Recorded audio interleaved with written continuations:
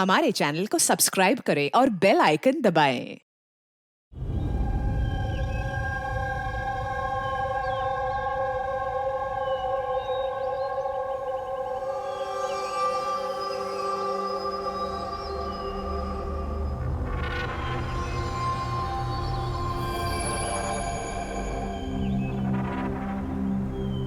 चलो फाइनली ये पल आ ही गया जब मैं आसमान में खुले पंछी की तरह उड़ पाऊं। यस, और तुम्हारी ये उड़ान मैं अपने कैमरा में कैप्चर करूंगी। लेकिन मिस्टर आजाद पंछी, कहीं आसमान में इतनी दूर मत उड़ जाना कि आसमान में गुम ही हो जाओ। डोंट वरी मैडम, वैसे भी अगर रोनी जी आसमान में गायब हो भी गए ना तो वापस तो जमीन भी आना पड़ेगा ना। उड़ान भरने से पहले ही आप नीचे आने की बात कर रहे हो। चलो, हो गई तैयारी? All the best.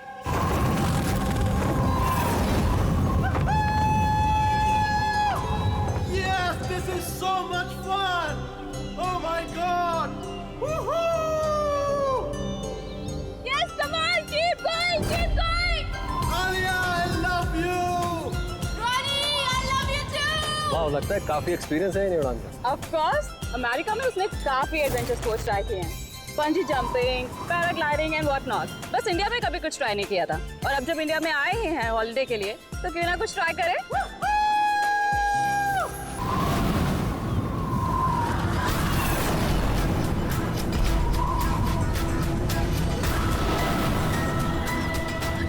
रोनी को कुछ हो गया। जॉनी को कुछ हो गया, देखो।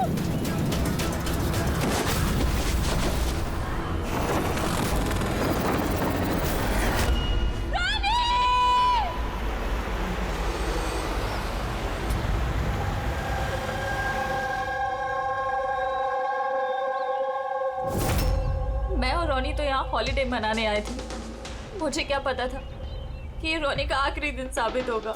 आलिया, हम जानते हैं ये घड़ी तुम्हारे लिए मुश्किल है, मगर प्लीज हिम्मत से काम लो।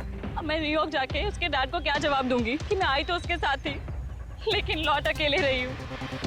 आपको किसी पे शक है?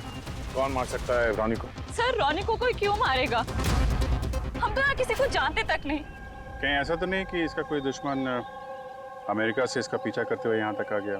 नहीं सर, रोनी का कोई दुश्मन नहीं था। He was such a lively person, सब उसको पसंद करते थे। तो तुम्हारा कहना है कि यहाँ पे इंडिया में कोई रिश्तेदार, कोई दोस्त, कोई परिवार वगैरह नहीं है यहाँ पे? ये देश हमारे लिए अजनबी है सर। सब कुछ ना इन पैराग्लाइडिंग वालों ने किया है। Please sir, arrest them. आप हमें दोष मत दीजिए, रोजी रोटी है हमारी, हम क्यों मार रहे हैं इनसे टूरिस्ट को? तो किसने मारा रोनी को फिर? सर, ये मुझे भी समझ में नहीं आ रहा है। 3000 फीट की ऊंचाई से गोली कैसे चली? किसने चलाई? तो रोनी 3000 फीट की ऊंचाई पे उड़ रहा था। हाँ सर, और मैंने खुद गियर चेक किया था, कोई भी खतरनाक चीज नहीं थी उसके अंदर। और उसके आसपास किसी को उड़ते हुए देखा आसपास? नहीं सर, कोई भी नहीं था। आसमान एकदम साफ था, रेडियस भी क्लियर था और वो अपनी उड़ान एंजॉय भी कर रहे थे। पर सडन पता नहीं क्या हुआ, एकदम से धड़ाम से नीचे आकर गिर गए। ये जो घाव है ना, तो ऐसा लगता है कि काफी दूर से गोली चली है, शायद किसी राइफल से। हाँ, राइफल ही होगी, क्योंकि जिस हाइट में ये उड़ान भर रहा था वहां से तो कोई शार्प शूटर ही गोली चला सकता है, किसी राइफल से। जॉन, यहाँ आसपास किसी को गन या राइफल के साथ देखा है क्या तुमने? यहाँ पर गन लाना अलाउ नहीं है। आप असली गन की बात कर रहे हैं, वो दिवाली वाली पटाखे की बंदूक भी नहीं ला सकता कोई। आप लोगों ने देखा यहाँ पर किसी को? नहीं मैम, नहीं तो नहीं देखा। नहीं मैम। अच्छा आलिया, जब आप यहाँ पर आई रोनी के साथ, आपको किसी पे शक हुआ? कोई आप लोगों को फॉलो कर रहा हो, कोई आदमी जो गड़बड़ लगे? नहीं सर, ऐसा तो कोई नहीं था। तो क्या गोली आसमान से चली है क्या? सर, मैंने बताया ना, रोनी जी के आसपास में कोई उड़ नहीं रहा था, तो फिर आसमान से गोली चलाएगा कौन? हाँ सर, आसमान में कोई भी नहीं था। आप चाहें तो एक फुटेज चेक कर सकते हैं, इसमें कोई भी नहीं है साथ में।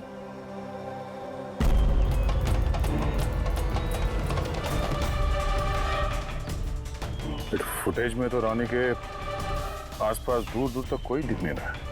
सर, जमीन से नीचे से ऊपर किसी ने गोली नहीं चलाई। ये कह रहे हैं कि जब वो ऊपर उड़ा था तो कोई उसके आसपास नहीं था, तो ऊपर से भी गोली नहीं चला सकता। ये बताइए, ये गोली चली तो चली कहाँ से और किसने चलाई? कमाल है यार, इसका कोई दुश्मन नहीं है तो फिर इसको मारने के लिए इतनी प्लानिंग कौन करेगा? एक टेढ़ा केस लग रहा है। तो किसी टेढ़े आदमी को भेज देते हैं, टेढ़े सबूत, शायद उसे कुछ पता चल जाए।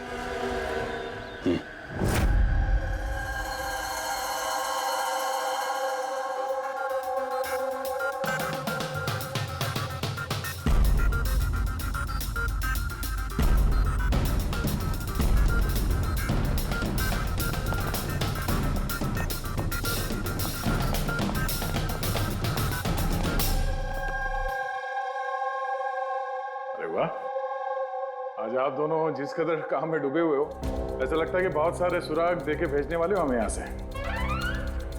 बहुत सारे सुना।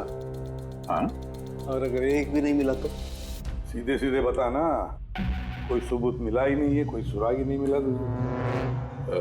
सर उस गोली के बारे में कुछ पता नहीं चला? इतना पता चला है कि भाई ऊपर से किसी यूएफओ ने गोली चलाई हो। यार सालों के क्या बच्चों जैसे यूएफओ की बातें करते हो। और ये क्या है, ये बता, हमें समझाने के लिए किया है क्या? हाँ बता। ये देखो बॉस, रॉनी ग्राउंड से 3000 फीट की ऊंचाई पर उड़ान भर रहा था और गोली लगी है उसे इससे भी ऊपर से, लगभग 1000 फीट की ऊंचाई से, और ये गोली 60 डिग्री के एंगल से लगी है उसे। मुझे तो सोच सोच के चक्कर आ रहे हैं। आसमान में ऊपर से कौन गोली चला सकता है रोनी पे, और वो भी कैसे?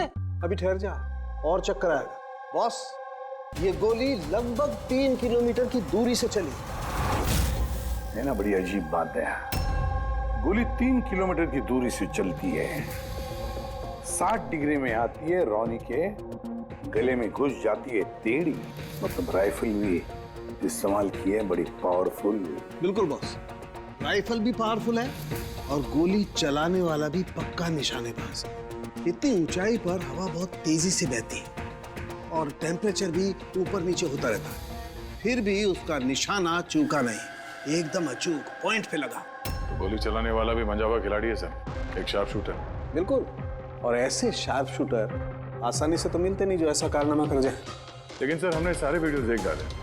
जब रॉनी आसमान में था तो उसके आसपास ना तो कोई चॉपर था ना पैराशूट, आसमान एकदम साफ था सर। वही तो समझ में नहीं आ रहा है कि ये किलर, ये गोली चलाने वाला था कहां पर, जबकि सारा आसमान साफ था, जब बादलों में छुप कर बैठा था। और सर वो गोली से क्या पता चला है? कुछ नहीं मिला पूर्वी। मैंने बैलिस्टिक डिपार्टमेंट का पूरा डेटाबेस चेक किया। ऐसी गोली का तो कोई रिकॉर्ड ही नहीं है। सर, ये गोली जरूर कस्टम मेड बनवाई गई है। हाँ, अपने हिसाब से बना ली गोली। एक ऐसी गोली जो 3 किलोमीटर से चलती है और बिल्कुल निशाने पे लगती है। और सर, अगर ये गोली इतनी जबरदस्त है तो इसकी राइफल भी काफी स्पेशल होगी। हाँ, एक काम करते हैं, ये गोली फायर आर्म्स विंग और बैलिस्टिक डिपार्टमेंट में भेजते हैं, देखते हैं क्या रिपोर्ट आती है। अब ये जो भी कोई है, इतने ऊपर चला गया खून करने के लिए, अब जल्द से जल्द इसे जमीन पर लाते हैं।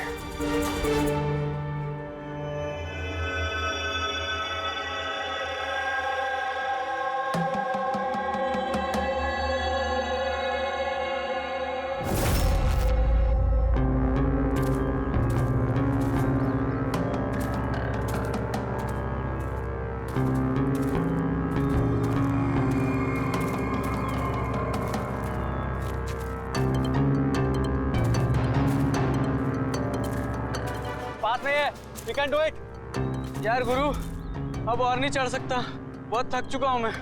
बस नवीन, ज्यादा दूर नहीं है, 3000 फीट चढ़ चुके हैं, पास ही में। We can do it, come on.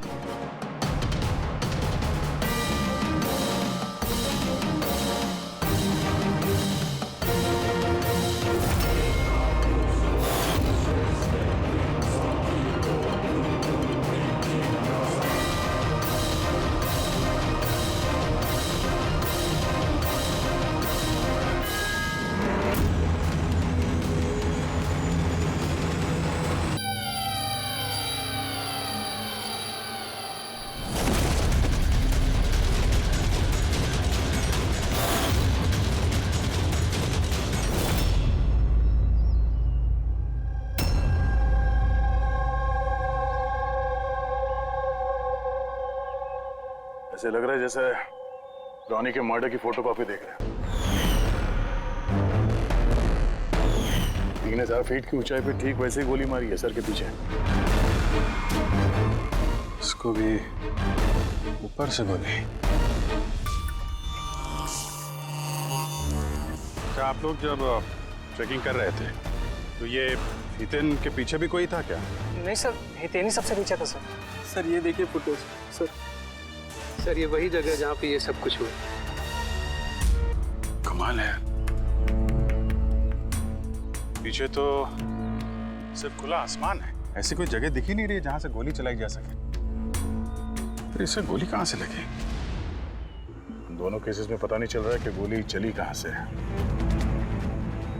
Sir एकदम सही कह रहे। आसमान से कोई कौवा या कबूतर थोड़ी गोली चलाएगा। ये गोली चली तो चली कहां से?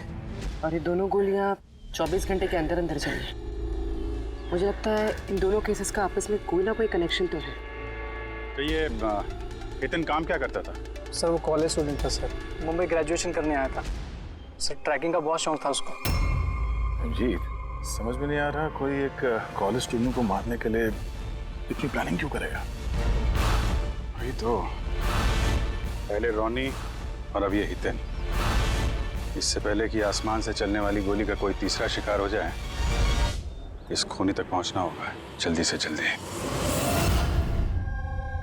पिछले 24 घंटों में 2 खून हुए हैं, दोनों जवान बच्चे हैं, और दोनों को मारने का तरीका भी क्या हाई प्रोफाइल। सर दोनों की मौत हुई है एडवेंचर स्पोर्ट्स करते हुए। जमीन से हजारों फीट ऊपर मारा है सर। मगर सर सोचने वाली बात है कि खूनी ने ये एडवेंचर स्पोर्ट वाला समय ही क्यों चुना इनको मारने के लिए?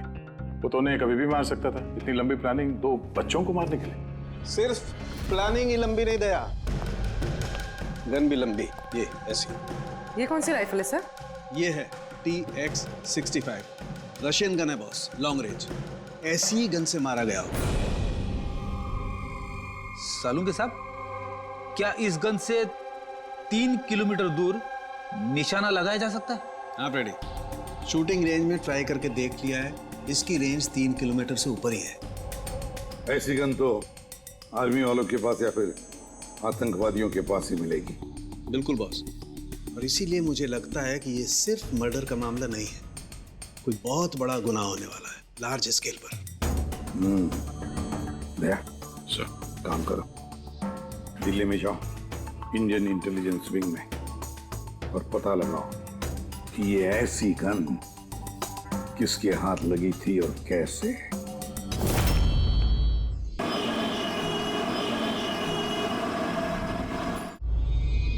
ये सारे खून इसी राइफल से हुए हैं, और आप लोग तो जानते हैं ऐसी हाई प्रोफाइल राइफल सबके हाथ में तो लग नहीं सकती। आप बिल्कुल सही कह रहे हैं सर। और गौर करने की बात तो ये है सर कि ये राइफल कोई खरीदना भी चाहे तो खरीद नहीं सकता। ये 1 या 2 पीस नहीं बिकती, पूरा का पूरा अलॉटमेंट होता है। तो पिछले कुछ सालों में जो आतंकवादी हमले हुए हैं उसमें ये इस तरह के राइफल इस्तेमाल हुए थे? जी हाँ। तो आपको किसी आतंकवादी गिरोह पे शक है? जी हाँ, अगर हमारा अंदाजा सही है तो हम जानते हैं कि इसके पीछे किसका हाथ है। कौन? इलवारे जिले में कुछ समय पहले हमारी आर्मी ने बहुत सारे हथियार जब्त किए थे। उन हथियारों में ये वाली राइफल भी। हाँ प्रताप सर, सारे आतंकवादी मारे गए, उनमें से एक आतंकवादी बचकर निकल गया और हमने उनके सारे हथियार जब्त कर लिए। Well done Pratap sir. और जो आतंकवादी भागकर गया है उसके बारे में सारे पोस्ट को अलर्ट कर दो। तो ये काम उस आतंकवादी का हो सकता है जो बचकर निकल गया था वहां से? जी हाँ, और हमारी इंफॉर्मेशन के मुताबिक ये आतंकवादी गिरोह जल्दी ही कुछ बड़ा करने वाला है। शायद ये उसी की शुरुआत हो। ये दोनों जुर्म कोई मामूली खून नहीं है, ये जरूर कोई बड़ी साजिश है, बड़ी साजिश, आतंकवादी हमले की साजिश। हाँ सर, और इस हमले को रोकने के लिए पहले इन आसमान से चलने वाली गोलियों का राज का पता लगाना पड़ेगा सर। और इस राज का पता करने के लिए हमें सबसे पहले ये पता करना पड़ेगा सर कि आतंकवादी रॉनी और हितेन जैसे आम आदमी की हत्या क्यों की। वैसे क्या कॉमन है इन दोनों खून में? सर दोनों मर्डर हवा में हुए, दोनों बार गोलियां ऊपर से चली, हाई प्रोफाइल राइफल से। किसी प्रोफेशनल शार्प शूटर का काम है सर ये। और सर इन दोनों केसेस में कोई वैंटेज पॉइंट नहीं है, कोई ऐसी जगह नहीं है जहां पे बैठ के खूनी इन दोनों पे गोली चला सकता है। वैंटेज पॉइंट, वैंटेज पॉइंट, कहीं यही तो वजह नहीं हो सकती है? तो आप कहना चाह रहे हैं सर कि खूनी के पास कोई जगह नहीं थी बैठ के गोली चलाने की, और उसे ये पक्का करना था कि उसका टारगेट छूटे ना, उससे कोई चूक ना हो, इसलिए वो इन दोनों पे प्रैक्टिस कर रहा था। Exactly Abhijit, exactly. वो निशानेबाजी की प्रैक्टिस कर रहा था। मतलब सर उसका असली टारगेट कोई और है? सर अगर कोई वैंटेज पॉइंट था ही नहीं तो फिर वो हवा में गोलियां कहां से चला रहा था? पंकज, तुम्हारे सवाल का जवाब तुम्हारे सवाल में ही है। ये बताओ कि मेरा मतलब है, इंसान हवा में कैसे उड़ता है बिना पंखों के? सर एरोप्लेन से या फिर हेलीकॉप्टर से। बस तुम्हारा जवाब मिल गया। लेकिन सर वहाँ क्राइम सीन पे ऊपर आसमान में कोई चॉपर तो उड़ नहीं रहा था, ना ही कोई केबल कार थी वहां पे। तो दया कुछ और होगा, कुछ और होगा। अभिजीत, मैप निकालो। वहां उस पैराग्लाइडिंग और माउंटेनियरिंग कैंप के आसपास देखो। मेरा मतलब है ऐसा कुछ है क्या जहां से आदमी हवा में उड़ सके? जंगल है,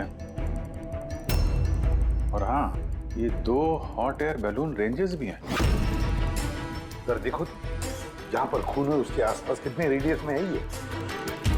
सर ये दोनों 60 किलोमीटर के रेडियस में। तो एक बात तो पक्की हो गई, खूनी वहां पर उस हॉट एयर बलून में बैठा था और वहीं से उसने गोली चलाई 3 किलोमीटर की दूरी पे। सर अगर किसी को हॉट एयर बैलून की सवारी करनी है तो पहले से बुकिंग करनी पड़ती है, कोई ऐसी नहीं जा सकता। कोई बात नहीं, तो वहां उस हॉट एयर बलून रेंज के ऑफिस में जाकर पता लगा कि ऐसा कौन सा टूरिस्ट था जिसने उन 2 दिनों में दोनों हॉट एयर बलून में सवारी की थी। ये टोटल 12 लोगों की लिस्ट है जो उस दिन हॉट एयर बैलून में बैठे थे। कुछ लोग अलग बैठे थे और कुछ लोग ग्रुप बना के बैठे थे।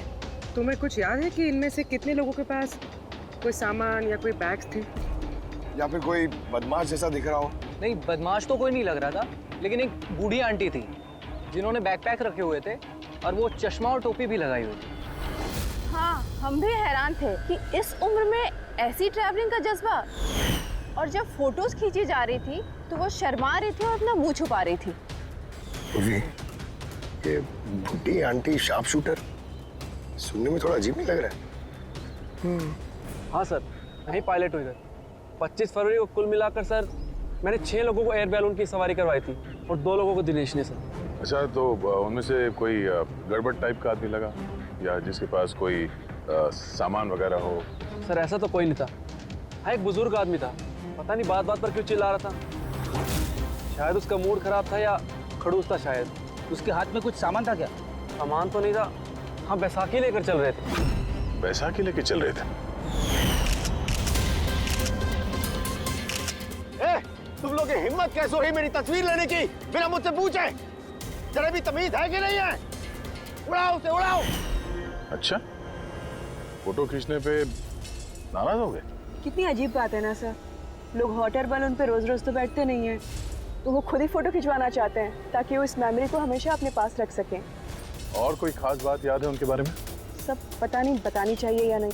नहीं नहीं, बोलो, जो भी याद है खुल के बताओ। उन्हें चलता देख के लग नहीं रहा था कि उन्हें बैसाखी की जरूरत होगी, पर फिर भी उन्होंने बैसाखी पकड़ रखी थी। अच्छा,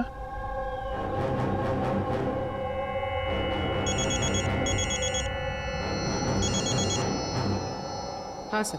हाँ पूर्वी, कुछ मालूम पड़ा? सर यहाँ पर एक बूढ़ी औरत आई थी और उसके हाथ में एक बैकपैक भी था, और हाँ, फोटो खिंचवाने से भी ऐतराज कर रही थी। अच्छा, यहाँ भी एक बूढ़ा आदमी आया था हॉट एयर बलून में बैसाखी लेके, और उसे भी फोटो खिंचवाने से परहेज था। सर कहीं ये बूढ़ा आदमी और ये बूढ़ी औरत एक ही इंसान तो नहीं है? एग्जैक्टली, वही शार्प शूटर। उसके बैग में और इसके बैसाखी में वो राइफल था जिससे ये खून हुए।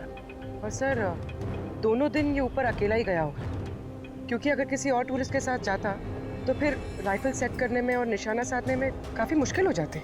नहीं पूरी, मुझे लगता है वो अकेला तो नहीं गया होगा। मतलब हॉट एयर बलून चलाना और साथ में ये राइफल भी चलाना, दोनों काम एक साथ करना जरा मुश्किल है। इस हॉट एयर बलून का पायलट भी होगा साथ में। मतलब सर, इस जुर्म में पायलट भी मिले हुए हैं? यस। एक काम करो, उस पायलट को पकड़ो जल्दी। उस दिन उस बूढ़ी औरत को ऊपर बलून में कौन ले गया था? पायलट कौन था? संजीव था।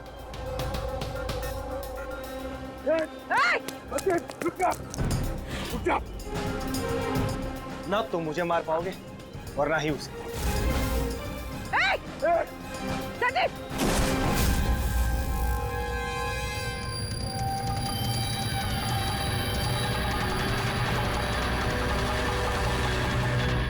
ये तो अपनी जान देने के लिए तैयार था। ये कोई छोटे मोटे मर्डर्स नहीं है पंकज, कोई बहुत बड़ा मिशन है जिसे अगर जल्द से जल्द नहीं रोका गया तो कुछ बहुत बुरा हो सकता है। अच्छा गीता, 24 फरवरी को जो आदमी ग्रुप में नहीं जाना चाहता था, अकेले जाना चाहता था, उसका पायलट कौन था? कौन लेकर? सोलो ट्रैवलर को तो दिनेश लेकर गया था। कमाल है दिनेश, इतनी देर से चुप बैठे हो, कुछ बोल ही नहीं रहे हो। तुम लोग मुझे पकड़ नहीं पाओगे।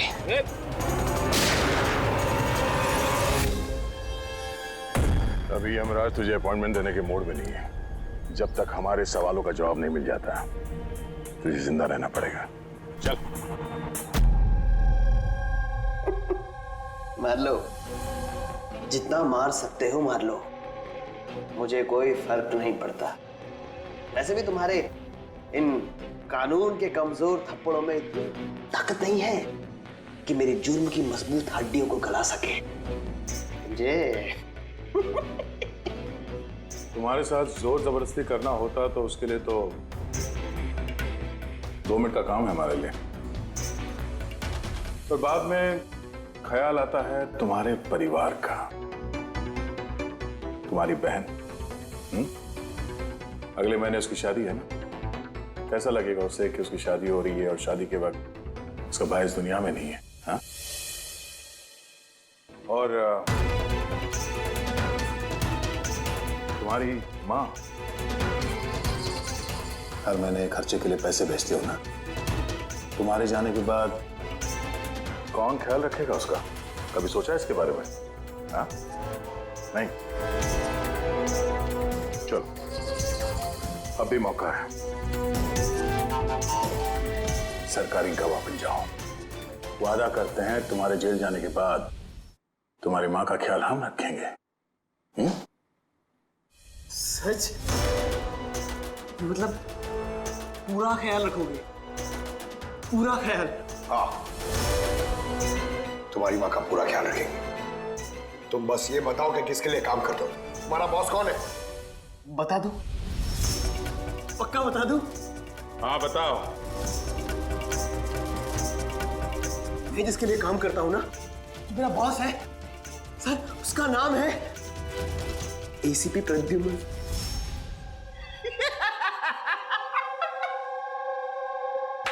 एसीपी प्रद्युम्न, जाओ पकड़ लो और गिरफ्तार कर लो उसे। कहा था ना, मैं कुछ नहीं बताने वाला, जो कर सकते हो कर लो। सीआईडी वाले, सीआईडी। ओ बॉस, बॉस।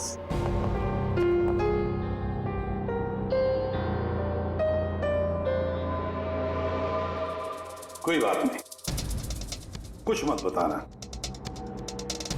अब हम ना तुमसे कुछ पूछेंगे, कुछ बताने के लिए तुम पर जोर जबरदस्ती करेंगे, कुछ नहीं, सिर्फ एक करेंगे, हम तुम्हें सोने नहीं देंगे। सोने नहीं देंगे? वैसे भी मैं अगर जागता रहा तो मैं कुछ बताने नहीं वाला हूं आप लोगों को। कोई जरूरत नहीं, कुछ मत बताओ, पर सोने नहीं देंगे तुम्हें। ओके? यार दया, मैंने तो सुना है कि आदमी खाने पीने के बगैर तो काफी दिनों तक सरवाइव कर सकता है, लेकिन सोए भी ना। कितना तड़पेगा ये बेचारा, बड़ी बुरी मौत मरेगा। मुझसे तो देखा नहीं जाएगा।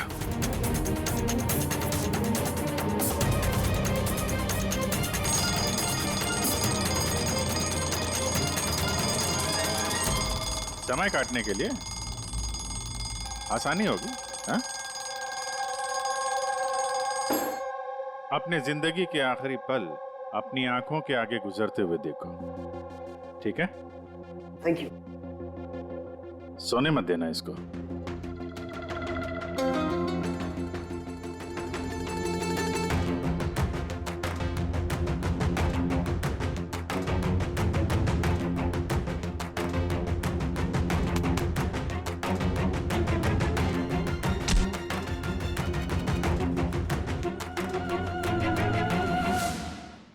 Ready sir. अरे कहाँ हो यार?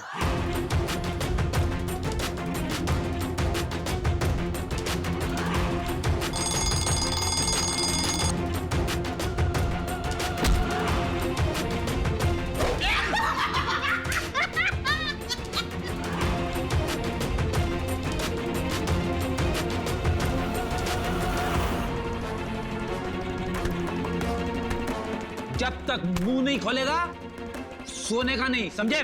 5 मिनट में नहीं। नहीं 1 मिनट। 1 मिनट तो सोने दो। 1 सेकंड। सोऊंगा नहीं, नहीं सोऊंगा बिल्कुल नहीं, बिल्कुल नहीं सोऊंगा।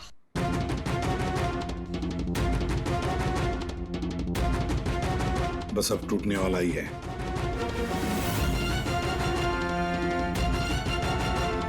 सब बकना शुरू कर देगा अभी। बल्लू, बल्लू नहीं सोएगा तू।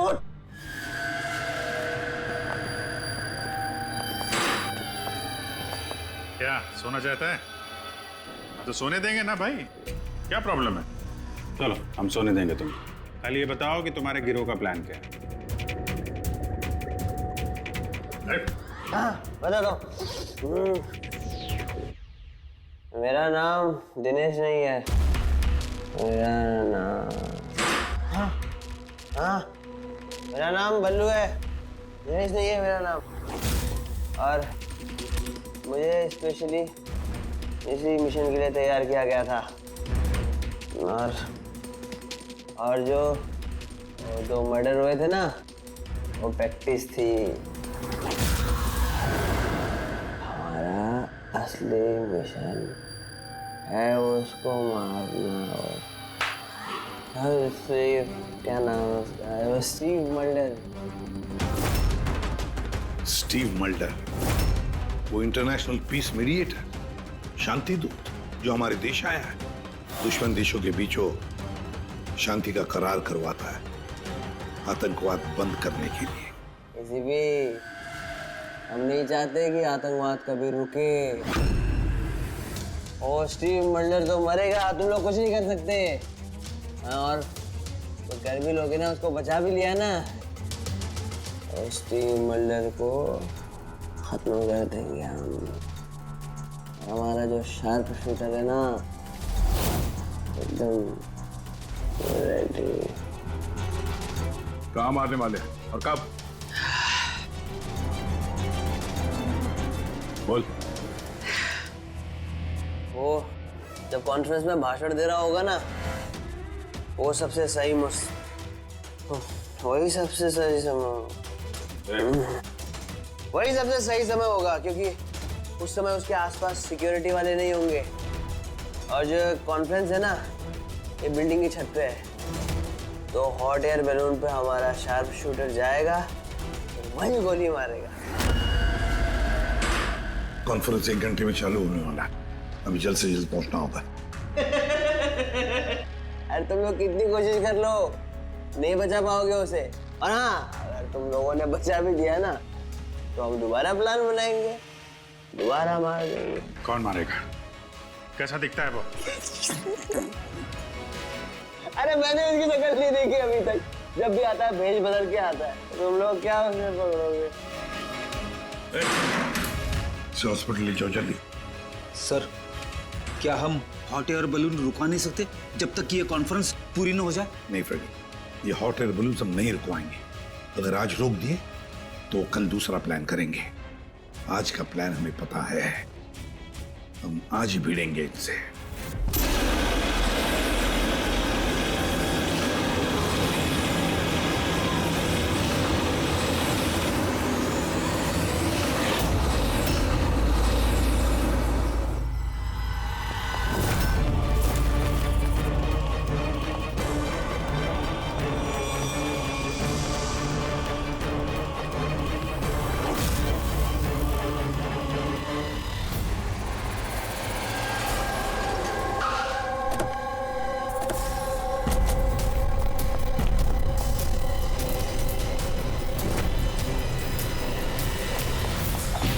सीआईडी मिस्टर स्टीव मल्डर कहाँ है? ऊपर कॉन्फ्रेंस में। हमें ले चलो उनके पास, जल्दी हरिया।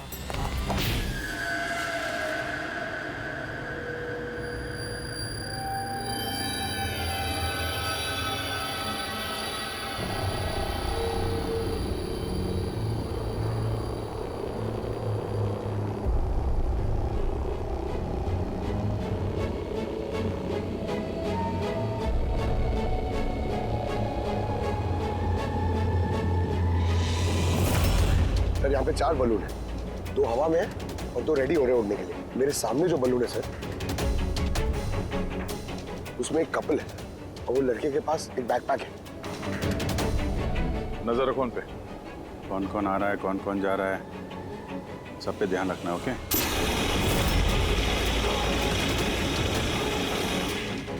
सर उनका बलून टेक ऑफ हो गया सर। हाँ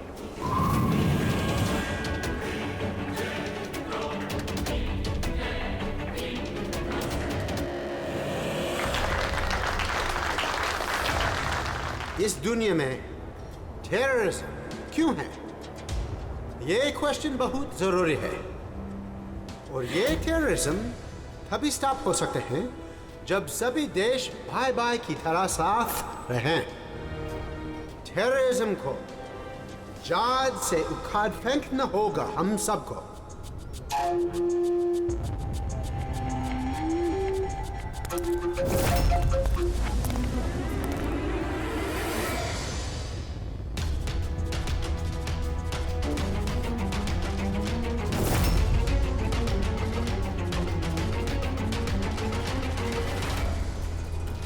तो म्यूजिशियन है, उड़ने की तैयारी में है। उनके हाथ में गिटार के बैग है। अब ये बताना मुश्किल है कि अंदर गिटार है या गन।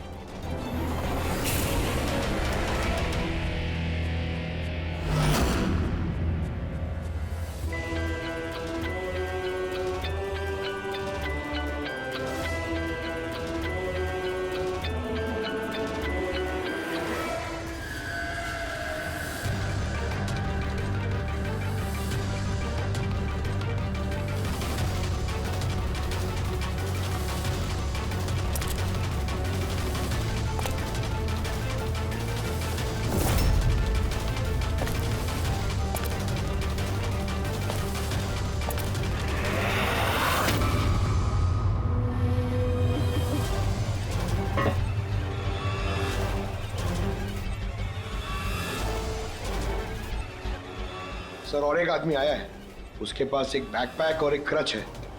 वेट करते हैं।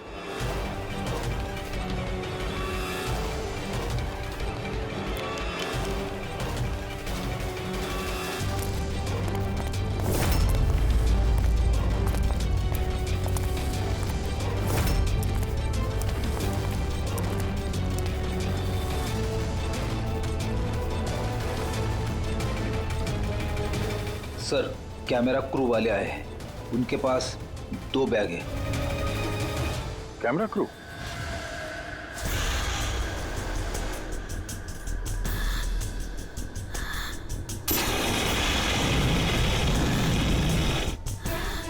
उन्हें नजरों से ओझल होने मत देना, नजर रखो उन पे।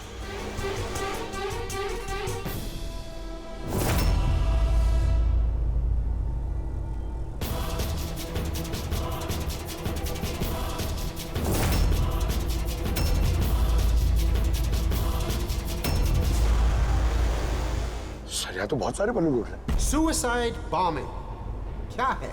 कोई खुशी खुशी हो अपनी जान देने को कैसे रेडी हो सकते हैं?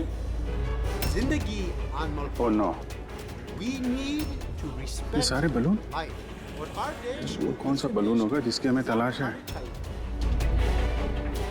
लगता है भेष बदल के आया है। ये तो शक्ल से कुछ गड़बड़ लग रहा है।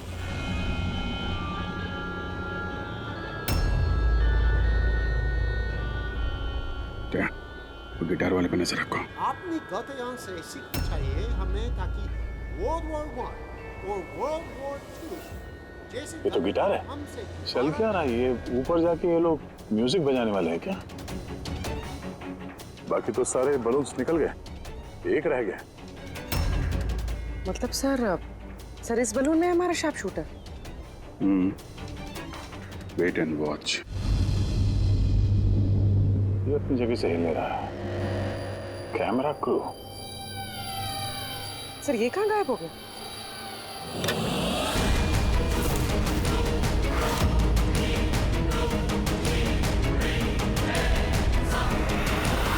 सर इसके पास तो राइफल है, वैसे जैसे साड़ू के सर ने बताई थी। अभिजीत,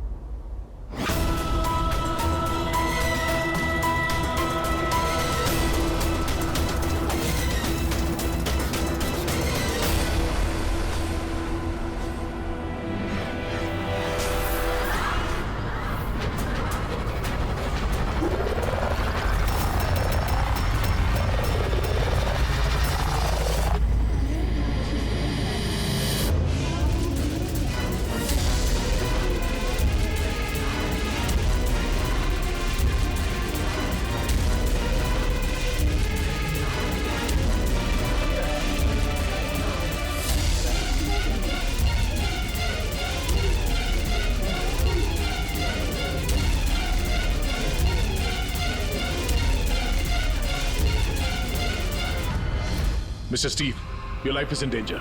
आपकी जान को खतरा है। आप क्या करें? We have a plan. Thank you CID। अगर आप लोग आज सुबह वक्त पे नहीं आते, मैं जिंदा नहीं होता। देखिए, मिस्टर स्टीव, खतरा अभी गया नहीं है। अभी खूनी पकड़ा नहीं गया है, इसलिए बीच से हैं? Be careful. Okay. Freddy, Pankaj, उस बलून पे नजर रखना, आंखों से ओझल होने मत देना। हाँ सर, हम लोग बलून को ट्रैक कर रहे हैं।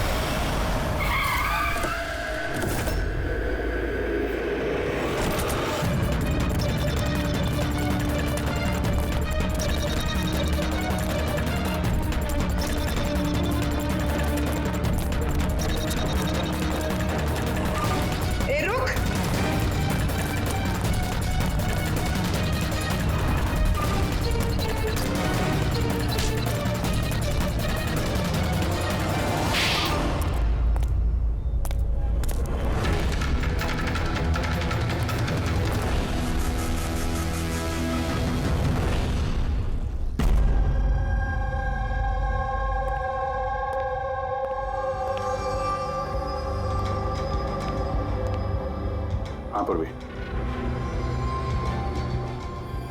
Good job, congrats. पकड़ गया killer, Mr. Abhijit? Yes, Mr. Steve, we got him. Yes. Well done. Well done.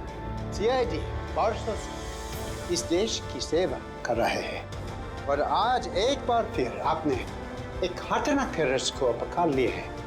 अभी वो पकड़ा क्या है? बहुत जल्द हम उसके पूरे ग्रुप को पकड़ लेंगे। Mister Steve, we are very proud of you. आप जैसे लोगों की दुनिया को जरूरत है, जो आप जैसे साहसी हैं और नेक हो।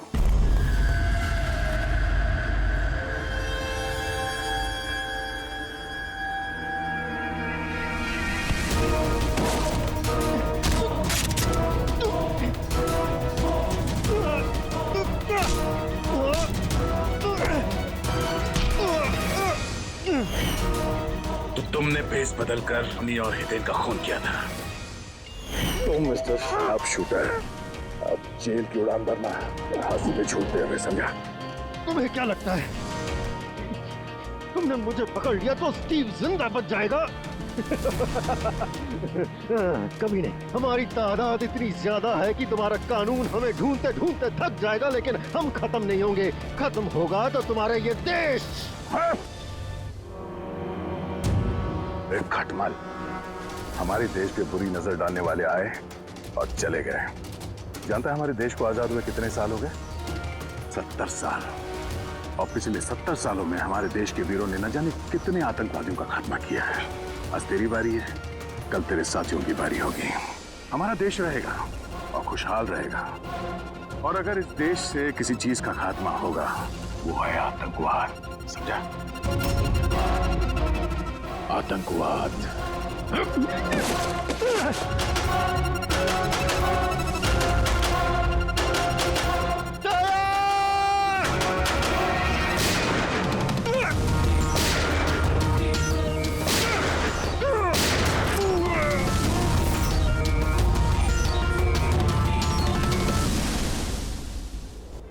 आतंकवादी पीठ पे ही गोली मारोगे? हम लोग यहाँ खाते गोली, यहाँ।